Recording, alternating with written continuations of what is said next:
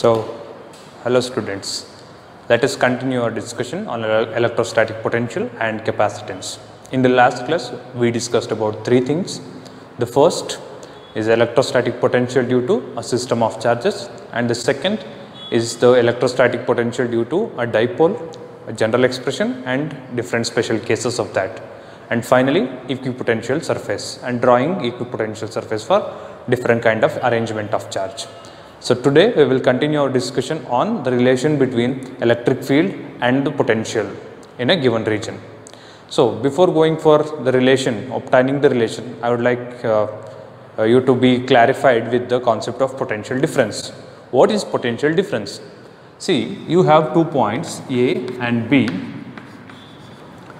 and a positive charge kept at A is moving towards B.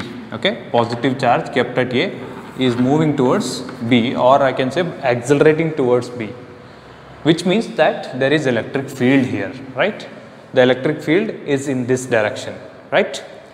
When you have electric field in this direction, you have kept a charge at A, and that charge will obviously experience force in this direction, and hence it will accelerate in the direction towards B, right? So, the presence of this electric field like this indicates the presence of a positive charge somewhere far away. Can be closer, but definitely there will be a positive charge here, which is the source of this electric field, right? So, from here, since the electric field is like this, the charge A, charge kept at A will accelerate towards B. Following? Because in the physical sense, I can say both are like charges, they will repel each other, and hence this charge will accelerate towards B. And now, what about the potential at A and potential at B? Look at this, potential at A is, let that be VA, and potential at B, the point B, be VB. Now look, the charge kept at A is accelerating towards B, which means that in terms of potentials, I can say a positive charge always move by itself or accelerate from higher potential region to lower potential region. Following? So, here there was higher potential and here there is lesser potential, and hence the positive charge always move from a higher potential to lower potential region. In terms of electric field, the field is like this, and hence the force, the charge kept at A will experience a force in this direction, so that the charge is accelerated towards B like this. In terms of repulsion or electrostatic force, we can say positive and positive charge repel each other, and hence it is moving from A to B. These are the three ways of expressing the same phenomena, right? The movement of charge from A to B. So, for a positive charge, it moves from higher potential to lower potential region. Similarly, if you have a negative charge, right, the similar kind of electric field will be present due to this positive charge, and instead of this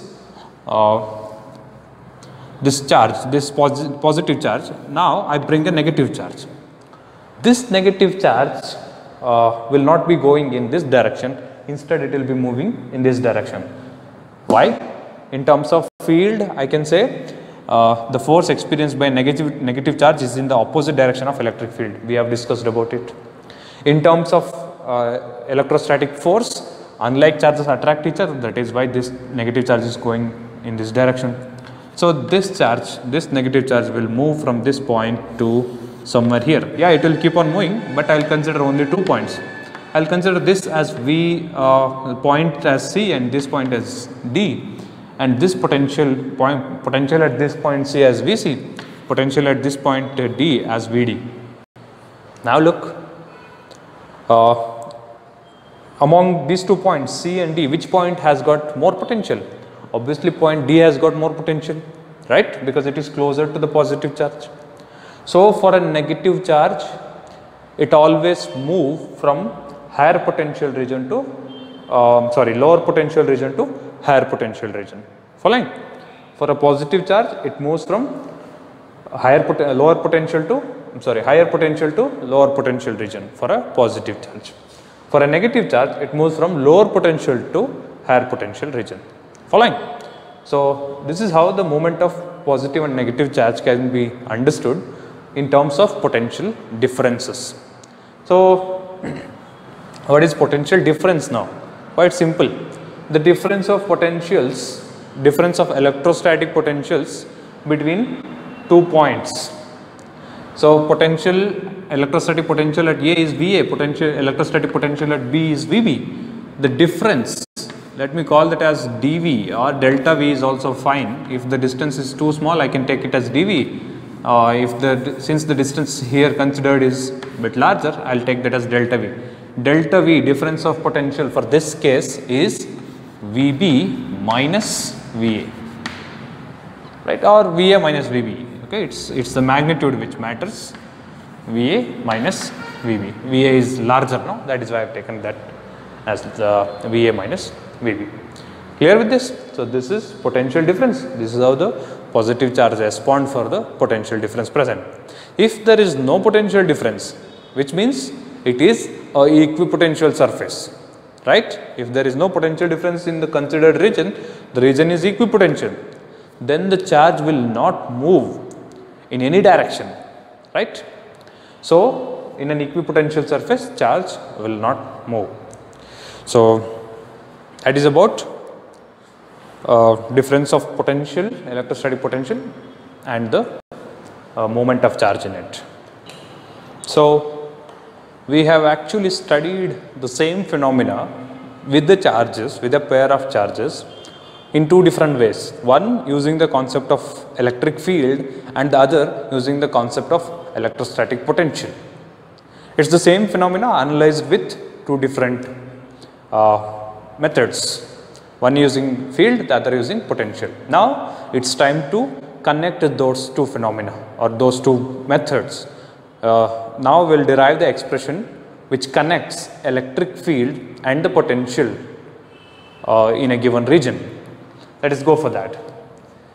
We are deriving the relation between E and V, electric field and potential. So now assume that we have uniform electric field in a given region like this. Let this be the uniform electric field. The value of electric field is constant throughout from here to here. Now let me consider two equipotential surfaces here. Okay. How does the equipotential surface look like for uniform electric field? They are parallel rectangles like this, right? So let me call this equipotential surface B A and this equipotential surface B B. What does equipotential surface mean? It means that the potential on any point of the surface is same. Let me name the potential on the surface A, B, V, A. Similarly, the potential on surface B, B, V, B. Right? Now, there will be a distance of separation between A and B. Let me call that the distance of separation as dx. Okay? dx. And now, from now onwards, you have two different approaches. One, initially by considering 1 coulomb of charge to move from B to A, and the other, you can choose any charge Q generally and move it from B to A and go for the derivation. In the reference given, they have chosen 1 coulomb directly, but here I will be choosing Q coulombs, general one. Okay. You can just replace Q by 1 coulomb and hence the derivation follows the same way in the reference given. Now assume that a charge Q, okay, a charge Q is moved, okay, these are imaginary surfaces, okay, you know that. A charge Q is moved from point B or surface B to surface A. So this is the movement of charge Q from, so I have pushed it, okay, a charge Q is taken and moved from B to A. Obviously I need to do certain work, it is a positive charge, So the field is like this, the force will be acting in this direction. So I have to force myself to bring the charge from Q to from point B to A, surface B to surface A. Now during this phenomena, what is the amount of work I did on the charge? The amount of work I did on the charge can be expressed using two methods, right? Let the amount of work I did be dW, okay, a small amount of work, because I have displaced it by a very small amount of distance, a very small distance like dx. That is why the amount of work I have done is also very small, dW. And now that dW is equal to, what is work equal to? Force into displacement, right? That is the basic expression that we know. Now using that formula, here let F be the force acting on the charge, right? So it's actually F dot dx. Following, F, force will be acting in this direction and the displacement is happening in this direction. So coming to the magnitude properly, F dot dx will become minus F dx, right? Because they are opposite, theta is 180. Following, dot product. Now which is equal to minus, shall I express F as EQ? Obviously Q is the charge that is experiencing the force F in the electric field E. So I can write F is equal to EQ, that is fine. So I'll replace F by EQ, dx will be there. So this is one expression for amount of work I do when I bring the charge from surface B to surface A. Then looking at the same phenomena in the other part, or in the other way, we see that potential difference causes the amount of potential difference between the surface B and A also contribute for, can also be used to express the amount of work we do, like this. See, before that let me give you a general expression. The amount of work I do is equal to V times Q. Okay, this is one general expression, right? So this is the amount of work I have to do in order to bring this charge Q from infinity to a point where the potential is V. Following, W is the amount of work I need to do in order to bring a charge from infinity to a point where the potential is V volts. So upon this same analogy, we actually derived the expression for electrostatic potential. Go through the first derivation, you will get to know. The amount of work we do is equal to potential energy. Then we made Q2 equal to 1 coulomb, right? Or small q equal to 1 coulomb. If we did not make small q is equal to 1 coulomb, this is how the expression would have looked like. W is equal to U is equal to VQ. Remember that, okay? Now using the method of potential difference, the same amount of work done, okay, dW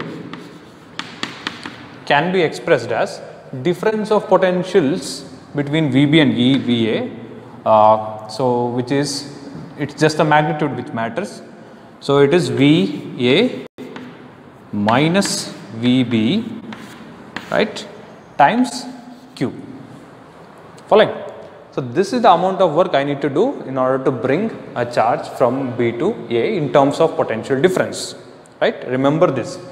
dW is also equal to dV Q.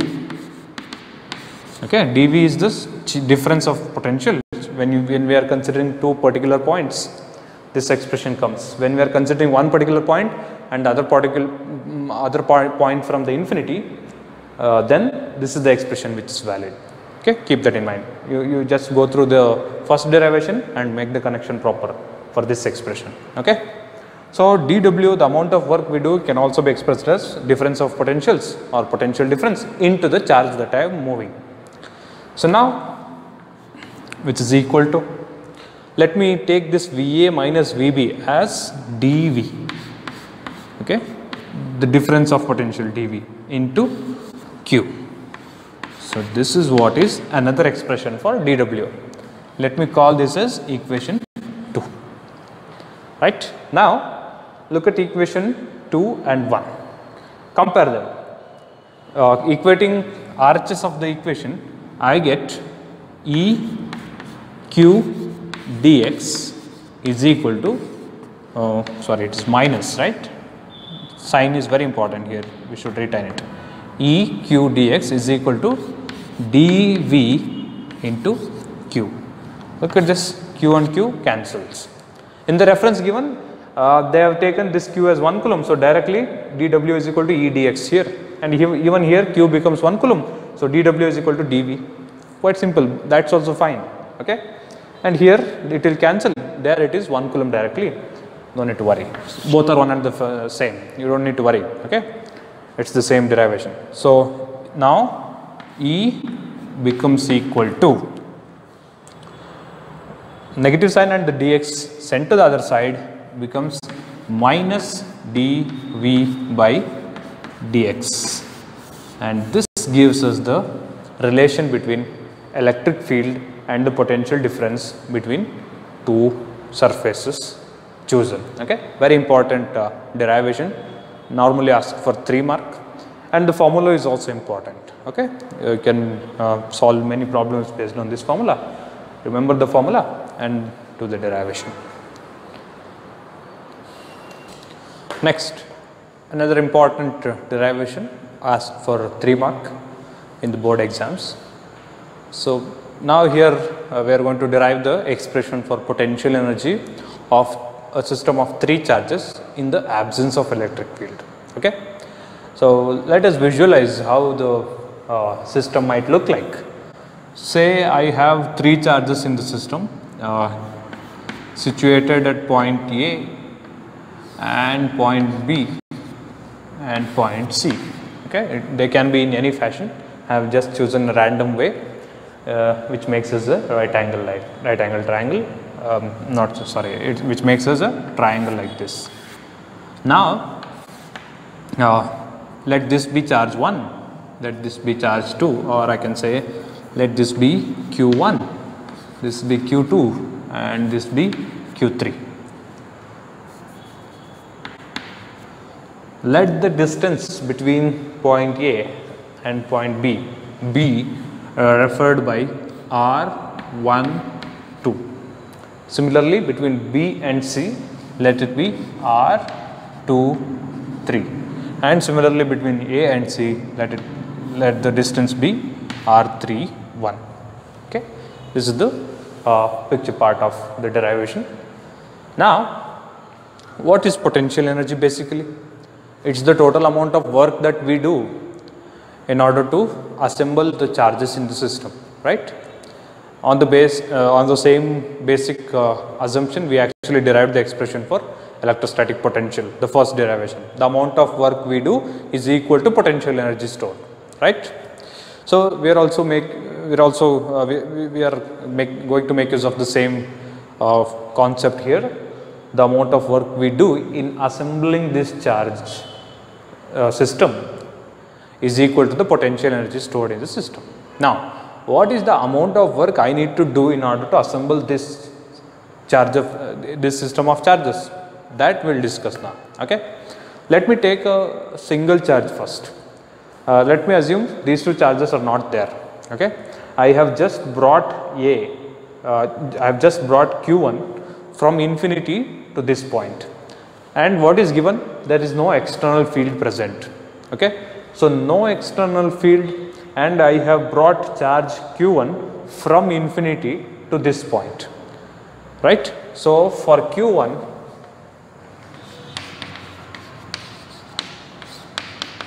in order to bring the charge from infinity to point A, the amount of work I need to do, let me call that as W1, is equal to, how much work do I need to do?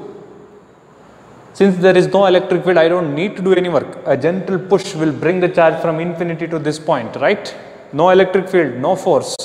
So the amount of the work I need to do in order to bring Q1 from infinity to this point, this Q2 and Q3 are not there. I am just talking about the first charge. See, now I am trying to assemble this. While assembling, I am going to take the approach of bringing each charge from infinity and keeping them in their places, right? The amount of work I need to do in order to bring each charge from infinity and keep them in their place will be calculated now, will be derived now. So W1 for Q1 is 0 joules, right?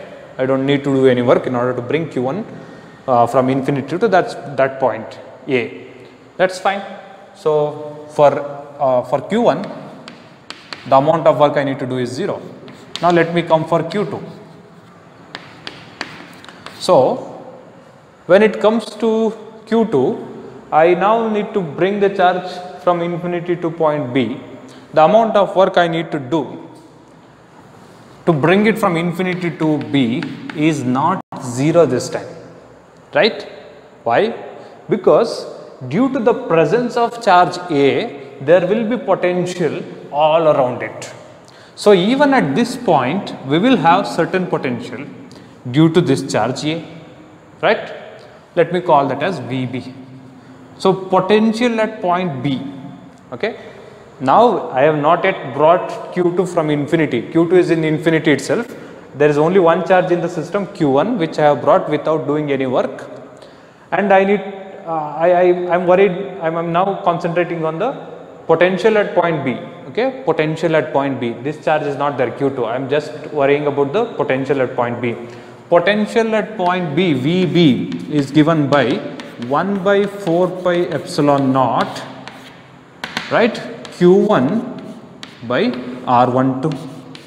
Following?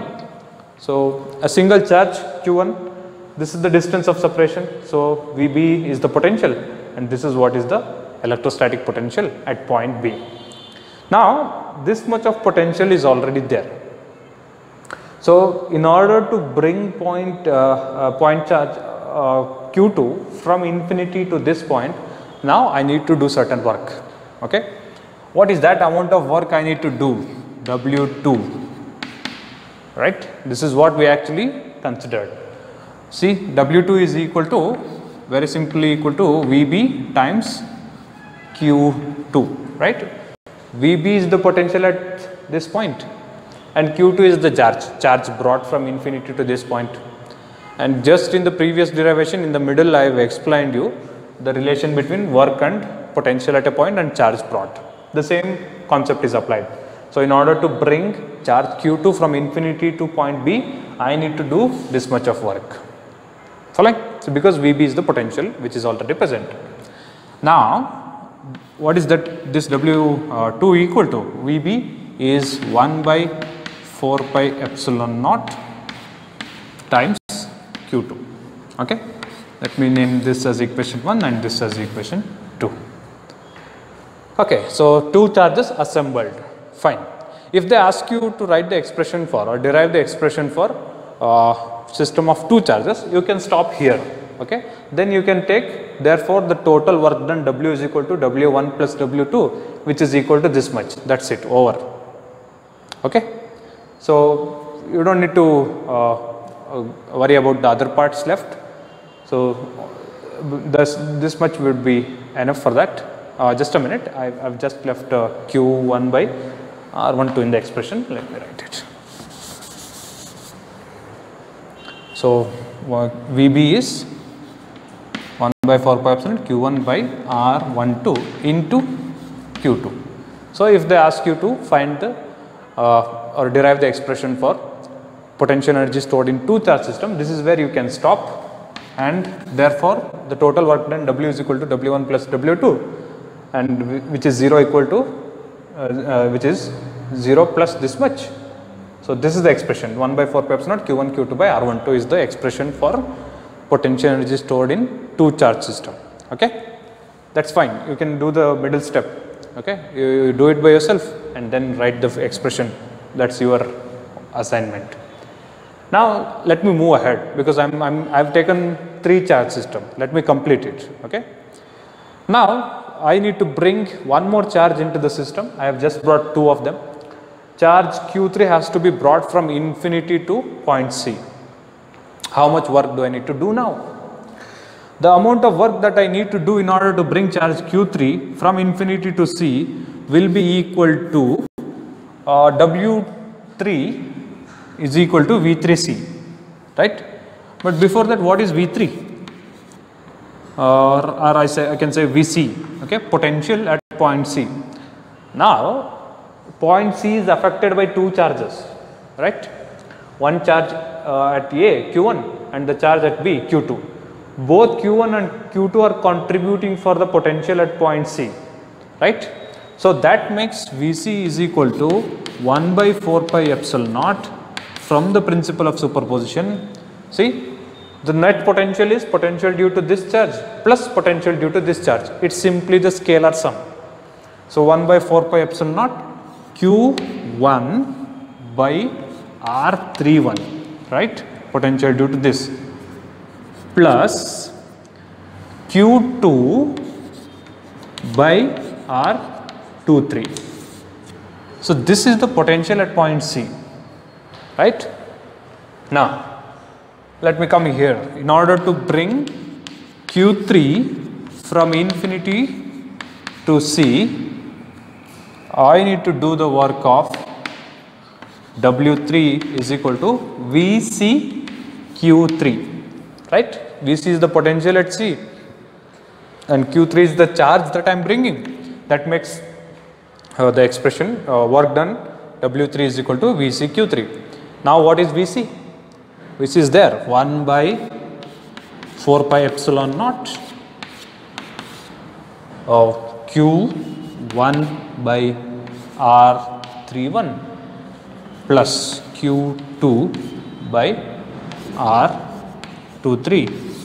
This is what is Vc times Q3, right?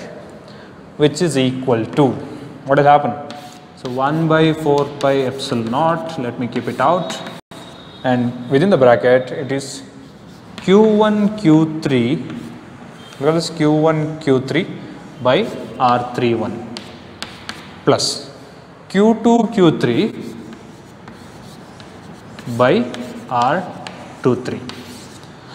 So let me call this as expression number 3.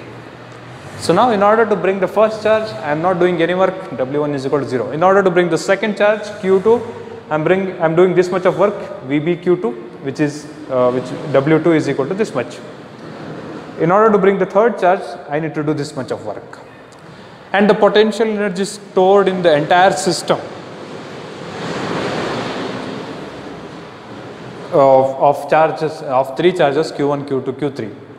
The potential energy stored in the entire system, it is equal to the total amount of work that I do in order to assemble the charges.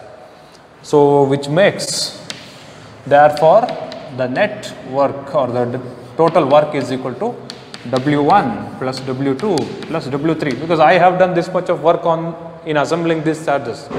Where will that work go? Nowhere else. It will store in the system in the form of electrostatic potential energy. So W is equal to W1 plus W2 plus W3, which itself is the potential energy stored, right? W is equal to U. The amount of work is equal to potential energy stored. Now look, W1 is 0, leave it. W2 is this 1 by 4 pi epsilon naught Q1 Q2 by R12, right? W2. W3 here we have. From W2 and W3 we have 1 by 4 pi epsilon naught common. Let me take that out. 1 by 4 pi epsilon naught. Look, what is left inside? From W2 we have Q1 Q2 by R12 left. Q1 Q2 by R12 plus from W3 we have Q1 Q3 by R31 plus Q2 Q3 by R23 left, which is Q1 Q3 by R31 plus Q2 Q3 by R23.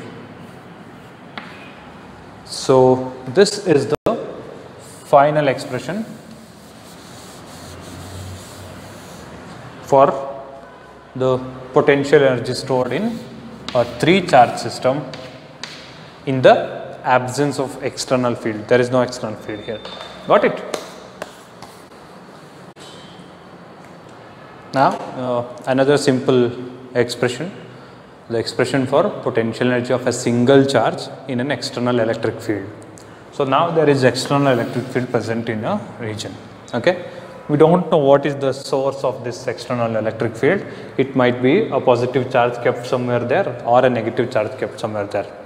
Let me assume the source be a positive charge kept somewhere at far distance. And now say this is the point where I need to bring the charge to and keep it here. So when I bring the charge to this point, obviously there will be potential energy stored in the charge. It might be a single charge, even then there will be a the potential energy stored.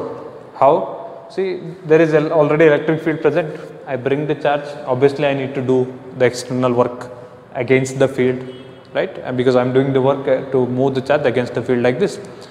I bring the charge, keep it here. So that requires work to be done, and that work is stored as potential energy. So obviously there will be potential energy stored in the charge that is brought from infinity to this point. So let V be the potential at this point. Okay, potential where is on the electric field.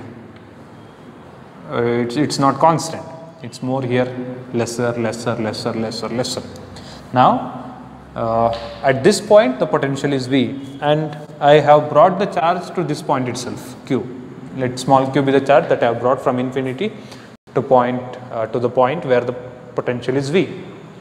Now the amount of work that I need to do is simply VQ, right? V is the potential at that point and Q is the charge that I brought from infinity to that point, and the work I need to do is W is equal to VQ, and this itself is the potential energy stored in that single charge in the presence of external field. Following? That's it. Quite simple. Right. Now we'll see one more expression for the potential energy stored in a two charge system in the presence of external field. Okay.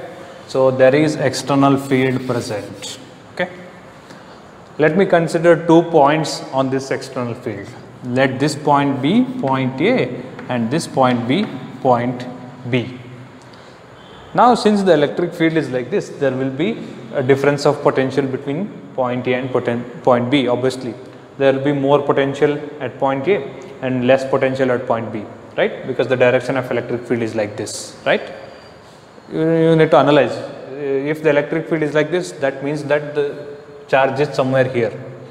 So this point A is close to that positive charge and this point B is away from the positive charge. That is why the potential at the point A is greater than the potential at point B. Let me call potential at point A be VA and potential at point B be VB. Okay. No charge has been brought to the system till now. Let me bring a single charge first from infinity to point A. Okay. A single charge Q, say Q1, a single charge Q1 brought from infinity to point A. What is the amount of work that I need to do? So for point A or for charge Q1, the amount of work I need to do, W1, is VA Q1, right? Quite simple. No need to worry about the expression for VA because we don't know what is the source of electric field here. The source might be anything which we are not aware of, but we do know that the point potential at this point A is VA. Okay. Now that's it. No other potential will be there, no other influence will be there. So it's only VA Q1. Going for Q2, in order to bring the charge from infinity to point Q2, from infinity to point Q2, point B, the charge Q2 from infinity to point B. The amount of work that I need to do is as follows. Let me call it as W2. 1, obviously there is potential of VB at the point. So I have to do WB Q2 amount of work. Okay. This amount of work has to be done since it is the minimum potential at the point B. And even if you are bringing a single charge, this amount of work has to be done. Okay, it's the prescribed potential at point B. Now, along with this, this charge Q1 will have its own contribution for the potential at point B. Obviously VB will be there. Along with VB, due to charge Q1 there will be one more potential. Let me call that as QV1. Following? Due to charge Q1, because every charge will have its own potential in its surrounding. So Q1 will have its own potential V1. So I have to overcome this V1 also. So I have to bring the charge from infinity to point B with the extra work of V1 Q2 also, right? This is the extra work that you need to do due to the presence of Q1, which makes it VB Q2 plus what is V1? V1 is this, let me call this as R12. So 1 by 4 pi epsilon naught, V1 is Q1 by R12, right? That is what is the potential. V1 is equal to 1 by 4 pi epsilon Q1 by R12, some general expression for potential due to a charge into Q2. So which makes the total work done W is equal to W1 plus W2, which itself is the potential energy U. Total work done is potential energy, which is equal to VAQ1 plus VBQ2 plus 1 by 4 pi epsilon naught Q1 Q2 by R12. So this is the expression for potential energy of a system of two charges in the absence of external electric field. So in the presence of external electric fields. So dear students, you don't need to worry about the derivation part of this. Yeah, it is simple. You should keep that in mind and it will help you in solving problems. You can get the expression for any charge system if you know the derivation properly. But as far as the boards are concerned, there is no derivation of the expression, of this expression particularly. The previous one and all, they are there. But for this, the expression for potential energy stored in two charge system in the presence of external field, the derivation part is not there. But the final expression can be asked and the problems on this final expression can also be asked. Okay? Fine. Thank you.